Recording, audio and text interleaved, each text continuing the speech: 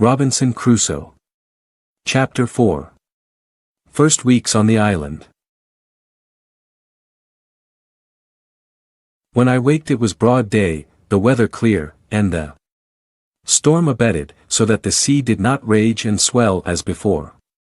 But that which surprised me most was, that the ship was lifted off in the night from the sand where she lay by the swelling of the tide, and was driven up almost as far as the rock which I at first mentioned, where I had been so bruised by the wave dashing me against it. This being within about a mile from the shore where I was, and the ship seeming to stand upright still, I wished myself on board, that at least I might save some necessary things for my use. When I came down from my apartment in the tree, I looked about me again, and the first thing I found was the boat, which lay, as the wind and the sea had tossed her up, upon the land, about 2 miles on my right hand. I walked as far as I could upon the shore to have got to her, but found a neck or inlet of water between me and the boat, which was about half a mile broad, so I came back for the present, being more intent upon getting at the ship, where I hoped to find something for my present subsistence. A little after noon I found the sea very calm, and the tide ebbed so far out that I could come within 1/4 of a mile of the ship. And here I found a fresh renewing of my grief. For I saw evidently that if we had kept on board we had been all safe, that is to say, we had all got safe on shore, and I had not been so miserable as to be left entirely destitute of all comfort and company as I now was. This forced tears to my eyes again, but as there was little relief in that, I resolved, if possible, to get to the ship, so I pulled off my clothes. For the weather was hot to extremity, and took the water. But when I came to the ship my difficulty was still greater to know how to get on board, for, as she lay aground, and high out of the water, there was nothing within my reach to lay hold of. I swam round her twice, and the second time I spied a small piece of rope, which I wondered I did not see at first, hung down by the forechain so low, as that with great difficulty I got hold of it, and by the help of that rope I got up into the forecastle of the ship. Here I found that the ship was bulged, and had a great deal of water in her hold, but that she lay so on the side of a bank of hard sand, or, rather earth, that her stern lay lifted up upon the bank, and her head low, almost to the water. By this means all her quarter was free, and all that was in that part was dry. For you may be sure my first work was to search, and to see what was spoiled and what was free. And, first, I found that all the ship's provisions were dry and untouched by the water, and being very well disposed to eat, I went to the bread room and filled my pockets with biscuit, and ate it as I went about other things, for I had no time to lose. I also found some rum in the great cabin, of which I took a large dram, and which I had, indeed, need enough of to spirit me for what was before me. Now I wanted nothing but a boat to furnish myself with many things which I foresaw would be very necessary to me. It was in vain to sit still and wish for what was not to be had, and this extremity roused my application. We had several spare yards, and 2 or 3 large spars of wood, and a spare topmast or 2 in the ship. I resolved to fall to work with these, and I flung as many of them overboard as I could manage for their weight, tying every one with a rope, that they might not drive away. When this was done I went down the ship's side, and pulling them to me, I tied 4 of them together at both ends as well as I could, in the form of a raft, and laying 2 or 3 short pieces of plank upon them crossways, I found I could walk upon it very well, but that it was not able to bear any great weight, the pieces being too light. So I went to work, and with a carpenter's saw, I cut a spare topmast into 3 lengths, and added them to my raft, with a great deal of labor and pains. But the hope of furnishing myself with necessaries encouraged me to go beyond what I should have been able to have done upon another occasion. My raft was now strong enough to bear any reasonable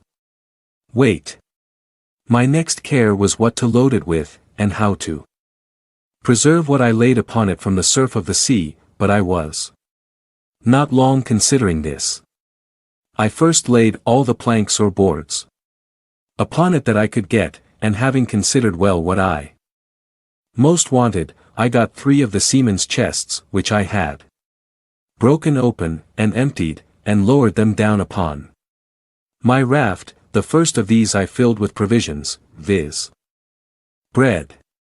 rice, 3 Dutch cheeses, 5 pieces of dried goat's flesh, which we lived much upon, and a little remainder of European corn, which had been laid by for some fowls which we brought to sea with us, but the fowls were killed. There had been some barley and wheat together, but, to my great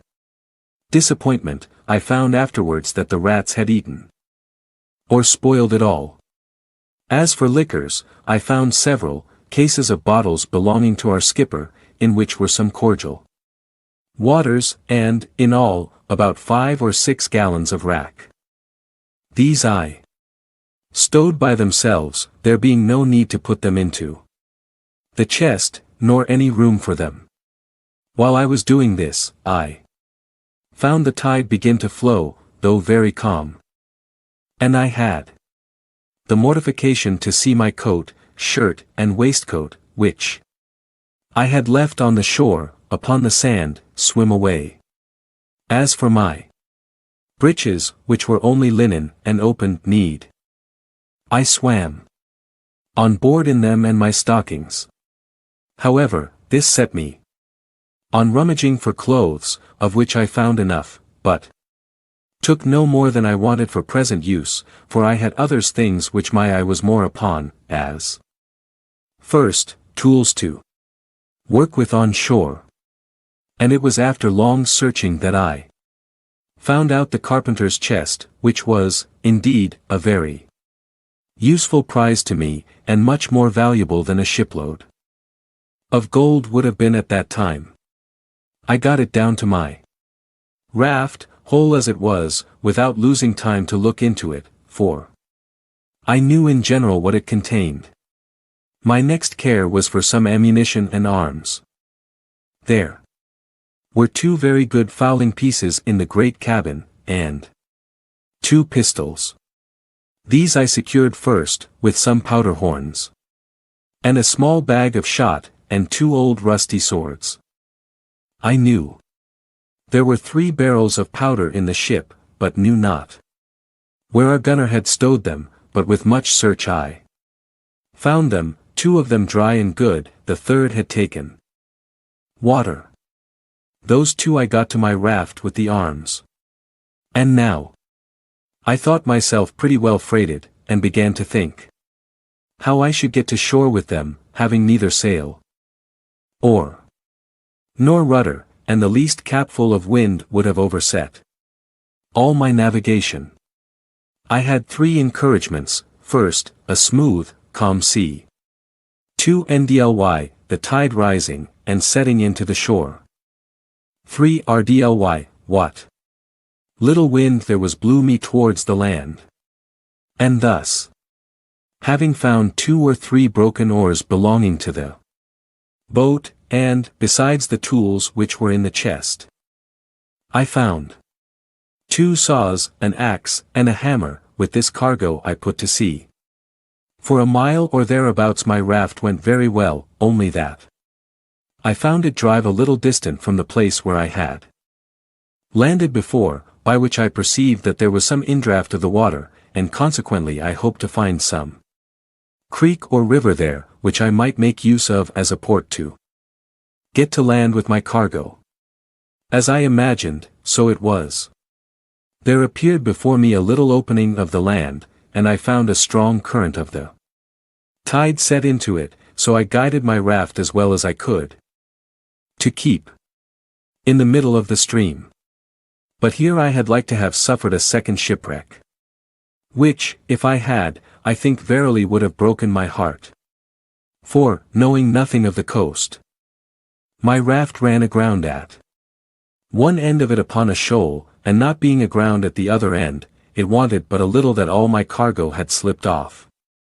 towards the end that was afloat, and to fallen into the water. I did my utmost, by setting my back against the chests, to keep them in their places, but could not thrust off the raft with all my strength. Neither durst I stir from the posture I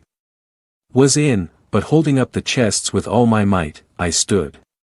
in that manner near half an hour, in which time the rising of the water brought me a little more upon a level. And a little after, the water still rising, my raft floated again, and I thrust her off with the oar I had into the channel, and then, driving up higher, I at length found myself in the mouth of a little river, with land on both sides, and a strong current of tide running up. I looked on both sides for a proper place to get to shore, for I was not willing to be driven too high up the river, hoping in time to see some ships at sea, and therefore resolved to place myself as near the coast as I could. At length I spied a little cove on the right shore of the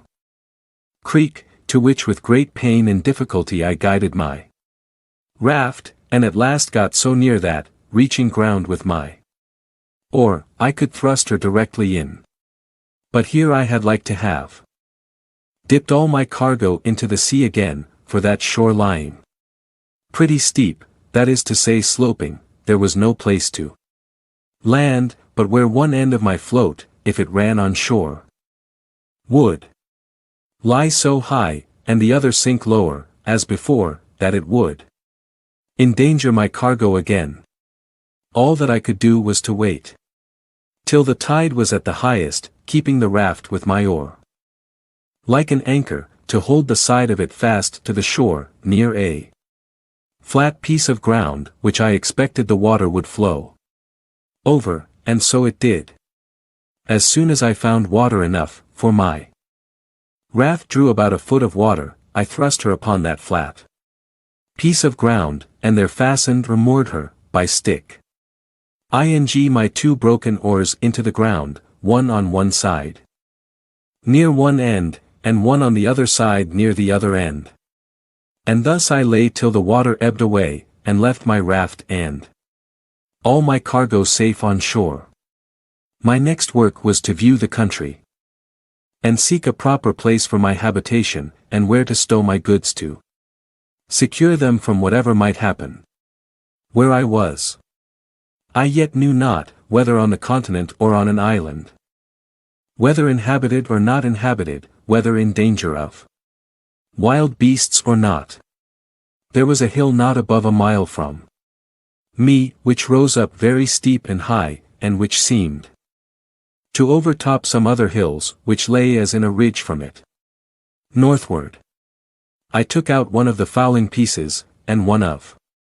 the pistols, and a horn of powder, and thus armed, I travelled for discovery up to the top of that hill, where, after I had with great labour and difficulty got to the top, I saw any fate, to my great affliction, viz. that I was in an island environed every way with the sea, no land to be seen except some rocks, which lay a great way off, and two small islands less than this, which lay about 3 leagues to the west. I found also that the island I was in was barren, and, as I saw good reason to believe, uninhabited except by wild beasts, of whom, however, I saw none. Yet I saw abundance of fowls, but knew not their kinds, neither when I killed them could I tell what was fit for food, and what not. At my coming back, I shot at a great bird which I saw sitting upon a tree on the side of a great wood. I believe it was the first gun that had been fired there since the creation of the World. I had no sooner fired, than from all parts of the wood there arose an innumerable number of fowls, of many sorts, making a confused screaming and crying, and every one according to his usual note, but not one of them of any kind that I knew. As for the creature I killed, I took it to be a kind of hawk, its color and beak resembling it, but it had no talons or claws more than common. Its flesh was carrion, and fit for nothing. Contented with this discovery, I came back to my raft, and fell to work to bring my cargo on shore, which took me up the rest of that day. What to do with myself at night I knew not, nor indeed where to rest, for I was afraid to lie down on the ground, not knowing but some wild beast might devour me, though, as I afterwards found, there was really no need for those fears. However, as well as I could, I barricaded myself round with the chest and boards that I had brought on shore, and made a kind of hut for that night's lodging. As for food, I yet saw not which way to supply myself, except that I had seen 2 or 3 creatures like hares run out of the wood where I shot the fowl. I now began to consider that I might yet get a great many things out of the ship which would be useful to me, and particularly some of the rigging and sails, and such other things as might come to land, and I resolved to make another voyage on board the vessel, if possible. And as I knew that the first storm that blew must necessarily break her all in pieces, I resolved to set all other things apart till I had got everything out of the ship that I could get. Then I called a council, that is to say in my thoughts, whether I should take back the raft, but this appeared impracticable, so I resolved to go as before, when the tide was down, and I did so. Only that I stripped before I went from my hut, having nothing on but my checkered shirt, a pair of linen drawers, and a pair of pumps on my feet. I got on board the ship as before, and prepared a second raft, and, having had experience of the first, I neither made this so unwieldy, nor loaded it so hard, but yet I brought away several things very useful to me, as first, in the carpenter's stores I found 2 or 3 bags full of nails and spikes, a great screw jack, a dozen or 2 of hatchets, and, above all, that most useful thing called a grindstone. All these I secured, together with several things belonging to the gunner, particularly 2 or 3 iron crows, and 2 barrels of musket bullets, 7 muskets, another fowling piece, with some small quantity of powder more, a large bagful of small shot, and a great roll of sheet lead, but this last was so heavy I could not hoist it up to get it over the ship's side. Besides these things, I took all the men's clothes that I could find, and a spare foretopsail, a hammock, and some bedding, and with this I loaded my second raft, and brought them all safe on shore, to my very great comfort. I was under some apprehension during my absence from the land, that at least my provisions might be devoured on shore, but when I came back I found no sign of any visitor, only there sat a creature like a wild cat upon one of the chests, which, when I came towards it, ran away a little distance, and then stood still. She sat very composed and unconcerned, and looked full in my face, as if she had a mind to be acquainted with me. I presented my gun at her, but, as she did not understand it, she was perfectly unconcerned at it, nor did she offer to stir away, upon which I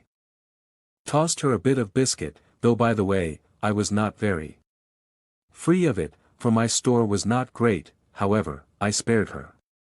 a bit, I say, and she went to it, smelled at it, and ate it, and looked as if pleased for more, but I thanked her, and could spare no more, so she marched off. having got my second cargo on shore, though I was fain to open the barrels of powder, and bring them by parcels. For they were too heavy, being large casks, I went to work to make me a little tent with the sail and some poles which I cut for that purpose, and into this tent I brought everything that I knew would spoil either with rain or sun, and I piled all the empty chests and casks up in a circle round the tent, to fortify it from any sudden attempt either from man or beast. When I had done this, I blocked up the door of the tent with some boards within, and an empty chest set up on end without, and spreading one of the beds upon the ground, laying my 2 pistols just at my head, and my gun at length by me, I went to bed for the first time, and slept very quietly all night. For I was very weary and heavy, for the night before I had slept little, and had labored very hard all day to fetch all those things from the ship, and to get them on shore. I had the biggest magazine of all kinds now that ever was laid up, I believe, for one man, but I was not satisfied still. For while the ship sat upright in that posture, I thought I ought to get everything out of her that I could, so every day at low water I went on board, and brought away something or other, but particularly the third time I brought away as much of the rigging as I could, as also all the small ropes and rope twine I could get, with a piece of spare canvas, which was to mend the sails upon occasion, and the barrel of wet gunpowder. In a word, I brought away all the sails, first and last, only that I was fain to cut them in pieces, and bring as much at a time as I could, for they were no more useful to be sails, but as mere canvas only. But that which comforted me more still, was, that last of all, after I had made 5 or 6 such voyages as these, and thought I had nothing more to expect from the ship that was worth my meddling with, I say, after all this, I found a great hogshead of bread, 3 large runlets of rum, or spirits, a box of sugar, and a barrel of fine flour. This was surprising to me, because I had given over expecting any more provisions, except what was spoiled by the water. I soon emptied the hogshead of the bread, and wrapped it up, parcel by parcel, in pieces of the sails, which I cut out, and in a word, I got all this safe on shore also. The next day I made another voyage, and now, having plundered the ship of what was portable and fit to hand out, I began with the cables, cutting the great cable into pieces such as I could move. I got 2 cables and a hawser on shore, with all the ironwork I could get, and having cut down the spritsail yard, and the mizzen yard, and everything I could to make a large raft, I loaded it with all these heavy goods, and came away. But my good luck began now to leave me, for this raft was so unwieldy, and so overladen, that, after I had entered the little cove where I had landed the rest of my goods, not being able to guide it so handily as I did the other, it overset, and threw me and all my cargo into the water. As for myself, it was no great harm, for I was near the shore. But as to my cargo, it was a great part of it lost. Especially the iron, which I expected would have been of great use to me. However, when the tide was out, I got most of the pieces of the cable ashore, and some of the iron, though with infinite labor, for I was fain to dip for it into the water, a work which fatigued me very much. After this, I went every day on board, and brought away what I could get. I had been now 13 days on shore, and had been 11 times on board the ship, in which time I had brought away all that one pair of hands could well be supposed capable to bring. Though I believe verily, had the calm weather held, I should have brought away the whole ship, piece by piece. But preparing the 12th time to go on board, I found the wind began to rise. However, At low water I went on board, and though I thought I had rummaged the cabin so effectually that nothing more could be found, yet I discovered a locker with drawers in it, in one of which I found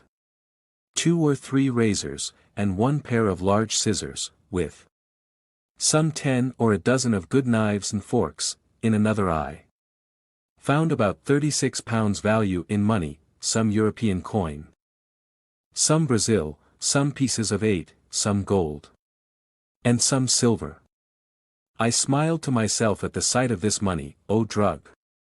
said I, aloud, "what art thou good for? Thou art not worth to me, no, not the taking off the ground, one of those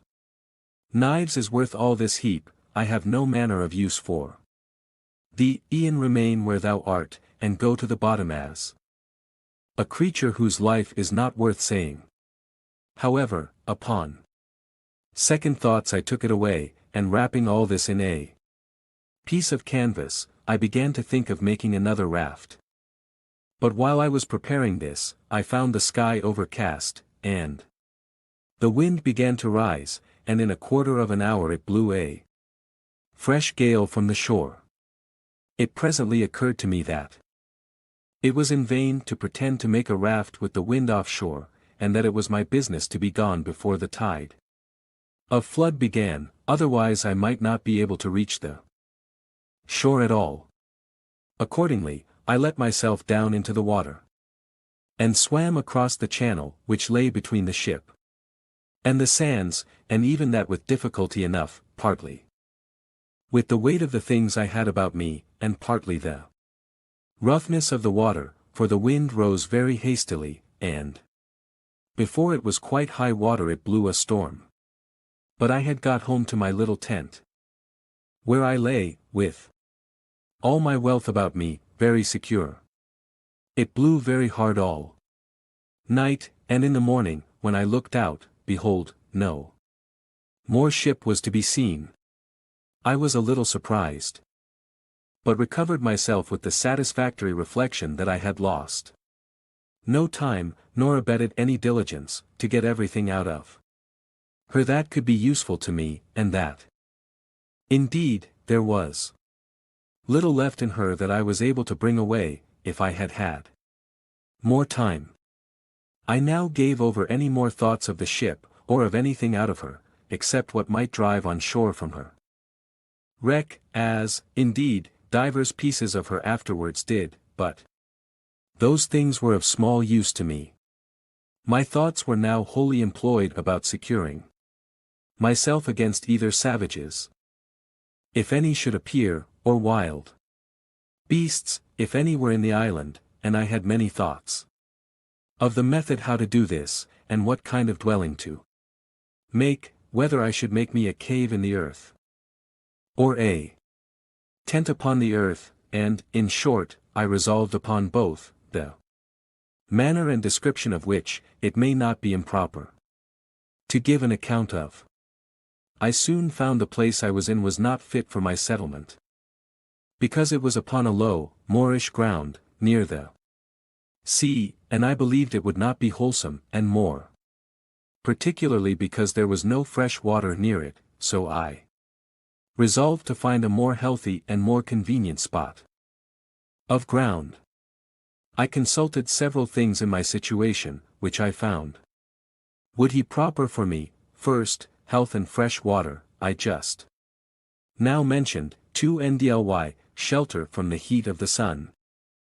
3 rdly, security from ravenous creatures, whether man or beast. 4 thly, a view to the sea, that if God sent any ship in sight, I might not lose any advantage for my deliverance, of which I was not willing to banish all my expectation yet. In search of a place proper for this, I found a little plain on the side of a rising hill, whose front towards this little plain was steep as a house side, so that nothing could come down upon me from the top. On the one side of the rock there was a hollow place, worn a little way in, like the entrance or door of a cave, but there was not really any cave or way into the rock at all. On the flat of the green, just before this hollow place, I resolved to pitch my tent. This plain was not above 100 yards broad, and about twice as long, and lay like a green before my door, and, at the end of it, descended irregularly every way down into the low ground by the seaside. It was on the NNW side of the hill, so that it was sheltered from the heat every day, till it came to AW and by sun, or thereabouts, which, in those countries, is near the setting. Before I set up my tent I drew a half-circle before the hollow place, which took in about 10 yards in its semi-diameter from the rock, and 20 yards in its diameter from its beginning and ending. In this half-circle I pitched 2 rows of strong stakes, driving them into the ground till they stood very firm like piles, the biggest end being out of the ground above 5 feet and a half, and sharpened on the top. The 2 rows did not stand above 6 inches from one another. Then I took the pieces of cable which I had cut in the ship, and laid them in rows, one upon another, within the circle, between these 2 rows of stakes, up to the top, placing other stakes in the inside, leaning against them, about 2 feet and a half high, like a spur to a post, and this fence was so strong, that neither man nor beast could get into it or over it. This cost me a great deal of time and labor, especially to cut the piles in the woods, bring them to the place, and drive them into the earth. The entrance into this place I made to be not by a door, but by a short ladder to go over the top, which ladder, when I was in, I lifted over after me, and so I was completely fenced in and fortified, as I thought, from all the world, and consequently slept secure in the night, which otherwise I could not have done, though, as it appeared afterwards, there was no need of all this caution from the enemies that I apprehended danger from. Into this fence or fortress, with infinite labor, I carried all my riches, all my provisions, ammunition, and stores, of which you have the account above, and I made a large tent, which to preserve me from the rains that in one part of the year are very violent there, I made double, 1 smaller tent within, and 1 larger tent above it, and covered the uppermost with a large tarpaulin, which I had saved among the sails. And now I lay no more for a while in the bed which I had brought on shore, but in a hammock which was indeed a very good one, and belonged to the mate of the ship. Into this tent I brought all my provisions, and everything that would spoil by the wet, and having thus enclosed all my goods, I made up the entrance, which till now I had left open, and so passed and repassed, as I said, by a short ladder. When I had done this, I began to work my way into the rock, and bringing all the earth and stones that I dug down out through my tent, I laid them up within my fence, in the nature of a terrace, so that it raised the ground within about 1.5 feet, and thus I made me a cave, just behind my tent, which served me like a cellar to my house. It cost me much labor and many days before all these